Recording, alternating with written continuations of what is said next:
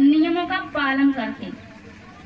Doctor भी जब दवा देता है तो कहता है तुम्हें परहेज करना पड़ेगा, बिना परहेज के दवा भी काम नहीं करेगी। इसी प्रकार सदगुरुदेव भगवान भी कहते हैं कि राम नाम की बूटी में दे रहा हूँ, मगर तुम्हें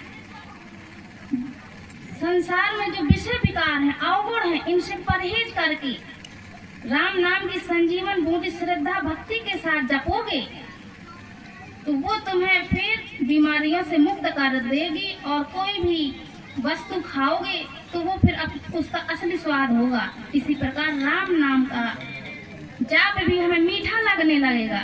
अगर हम जाप के लिए बैठे तो हमारा राम राम की लय तोड़ने का मन नहीं करेगा। और जो लोग श्रद्धा भक्ति के साथ सुनते हैं तो समझो कि उन्हें राम नाम मीठा लग रहा है। जिसे राम की बात अच्छी नहीं लगती समझो वो बीमार है।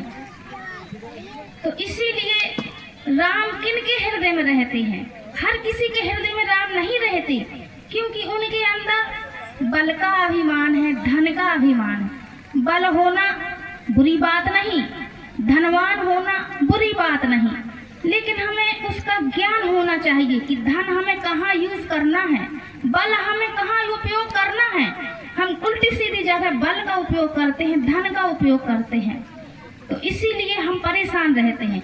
धनवान होना बहुत अच्छी बात है, लेकिन उसे धार्मिक कार्यों में खर्च कीजिए, अच्छे अच्छे कार्यों में खर्च कीजिए, सामाजिक कार्यों में खर्च कीजिए। और बल का उपयोग निर्बलों की सहायता के लिए कीजिए, जो निर्बल है उनको सताइए मत।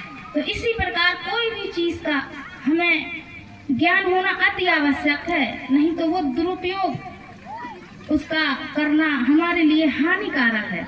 तो कहते हैं राम किसके हृदय में रहते हैं? राम राम तो हमें करना ही है, लेकिन अगर हम परहेज करेंगे तो राम हमारे हृदय में आएंगे। और किन के हृदय में रहते हैं? जाके कपट दाम नहीं माया, ताके हृदय बसा रघुराया। जिसके हृदय में झूठ कपट नहीं है उनके हृदय में भगवान राम वास करते हैं, और उनके सिवा हम किसी को न पकड़ा। कहते हैं तुम ही छाड़ गति दूसर नाही, रामे बसा हो तेने के मन माही। इसीलिए उसके सिवा हमें किसी का भरोसा नहीं करना है। संसार में रहना है, सबके लिए परोपकार करना है, मगर भरोसा उस परमात्मा पर करना है, राम पर करना है। कहते हैं कि सोवत जागत शरण तुम्हारी, उठते बैठते प्रभु का नाम लें, उन्हीं के हृदय में भगवान राम वास करते हैं।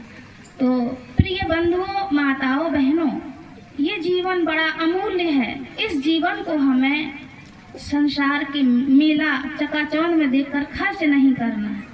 इसमें रहकर भी हमें भगवान राम का नाम जाप करते रहना है।